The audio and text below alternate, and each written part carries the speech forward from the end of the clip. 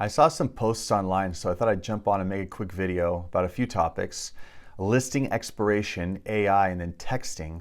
Now, in this first post, someone writes they're a realtor in California, they have an investor client, and they took a listing agreement, but they didn't put an expiration date. Instead, they wrote TBD, to be determined, upon completion of remodel. Then this person says, now the project has completed, and all of a sudden, he wants to cancel the agreement.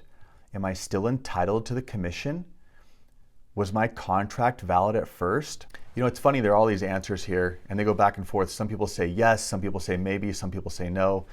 I'll tell you right now that if you don't put an expiration date, the answer is no. You don't have a valid contract. You can't leave it open-ended. So if you don't have a start or a beginning date and an ending date, you don't have a valid contract. And even more, California changed it recently at the beginning of the year. The listing agreement cannot exceed 12 months. So you need to make sure that the ending date is within 12 months of the beginning date. Then this person writes, am I entitled to the commission? Well, the answer is no. Let's assume that the contract was valid. Would you then be entitled to the commission? Well, it depends. Did you accept an offer? Did your work produce a buyer willing and able to make an offer agreeable to the seller? Because if a seller accepts an offer and then sabotages the escrow, sabotages the transaction, disappears, or for whatever reason isn't able to close, well, yes, you are. And you can read that on the first page, page 1 of the listing agreement. But in this case, no, there's no talk of a buyer. You don't get any commission. Your contract was never valid. Hopefully you learn a valuable lesson. So I see this other post here. And this just got a lot of feedback and response because they write, are you scared of AI? Do you think being a real estate agent will be a viable job in 2.5 years from now? And of course, you can imagine all sorts of mixed comments. One person is saying that everyone's sleeping on AI. In a short time, AI will be able to pinpoint a perfect home and write an offer in 10 seconds. So the reason I bring this up isn't to go on and on about AI. It's instead to talk about how helpless consumers are without real estate agents. For years, I had a for sale by owner division. That division could produce a contract instantaneously. So if you want to talk about AI or ChatGPT creating a real estate contract out of thin air, I created a contract that a PDF would be produced when a buyer and seller that were unrepresented would enter their information into my for sale by owner website. And I can tell you, over many years of working with many for sale by owner transactions as being a consultant or offering a flat fee or whatever, and possibly even turning them into a full-on representation lead. It was a lead generation tool. I can tell you that so many buyers and sellers are just completely helpless without the guidance of an agent. You can produce a perfect, beautifully written contract. They will call you about what's customary. What's a customary time frame for contingencies? What's a customary time frame for if someone doesn't remove contingencies? Or what's customary for responding to a request for repairs? Or what to request in a request for repairs? Everything we as agents see as standard, buyers and sellers have no idea about. They don't know what a standard escrow is, or a standard earnest money deposit percentage, or what's customary or typical. And keep in mind, what's customary and typical varies between each county in California, not just Northern and Southern California, but in each county. And in some counties, it varies. On one side of the county, they do things differently than the other. Now, of course, everything's negotiable and parties can figure it out, but without guidance, it often turns into a total mess. So when I think of AI, or I think of its application in the agency realm, I think of it as boosting agent productivity, giving a new tool for agents to expand what they do already. I mean, how about this? You can have a property description written out in seconds. You can just put in a few key terms about a listing and have a property description that's created. You can edit it and make it even better. You can have a perfectly written, beautiful property description made by ChatGPT or whatever chatbot you like to use. You can have client letters, emails instantaneously done.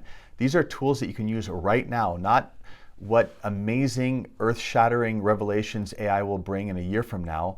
I'm saying what's in the foreseeable future, what we know about. It's an amazing tool for agent efficiency. Replacing agent, I don't think so. Now, this last part, I just want to rant about text messages because I am in general against texting in agency. Now, I get that everyone does it. I know I'm not going to probably change anyone's mind, but I'll tell you why you need to be careful with texting. Every text message you sent is a written record, and that written record can be brought into a legal setting and scrutinized. It can be audited by the Department of Real Estate. It can be brought in by any sort of third-party regulatory oversight agency. So I've had my text messages requested by the Department of Real Estate more than once, and I've turned them over. If a court or if a governmental agency is requiring your text messages, they want you to deliver evidence, you cannot destroy it, you must submit it. So everything you say can and will be used against you, as they say. Now, it's one thing if you text someone, hey, I'm running late, or what time does your open house start, or hey, I'm at your open house, how do I get in? Hey, where's the lockbox? I can't find it. This is normal agent texting. But I see these text threads that are sent to me where people are negotiating the purchase of a home that is over $1 million. They're trying to negotiate the purchase of a home. I think that's deeply unprofessional. You should not be doing negotiations through a text message. They should be done if you're doing it in writing, do it in email. And part of being an agent is humanizing the experience, is winning over the other agent, is using your charisma and personality to make deals happen, to get your clients' interests served. So text messages, number one, should be relegated down to the most simple thing ever. Hey, running late. Hey, had to cancel. Hey, where are you parked? That sort of thing. Not something like, your client said this, but we want to do that. Any dispute, anything pertaining to a real estate transaction, any sort of question about the practice or about documents or paperwork or any sort of consequence for something going wrong, none of that should be in a text message. Now keep in mind, anything that you write in a text message will be scrutinized by a regulatory body of oversight if that transaction gets brought into some sort of dispute or some sort of scenario where a complaint's been written. So here's an example.